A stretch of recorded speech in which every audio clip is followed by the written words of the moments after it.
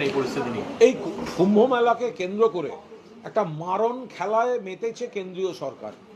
Hype তৈরি করা হয়েছে, হাইপ হাইপ, গ্রহ নক্ষত্র যোগাযোগ, অমুক দিন স্নান, আসুন আসুন আসুন আসুন।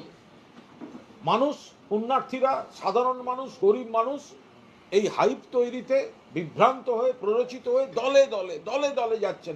অমুক দিন সকালবেলা পৌঁছতে হবে, অমুক তারিখে সকালবেলা স্নান করতে হবে, অথচ তার ব্যবস্থা নেই।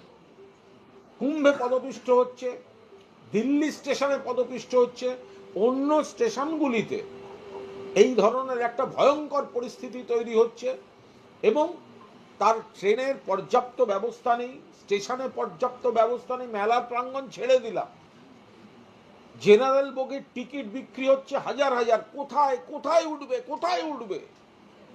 কাদের ব্যর্থতা? কারা টিকিট বিক্রি করছে? তারা জানে না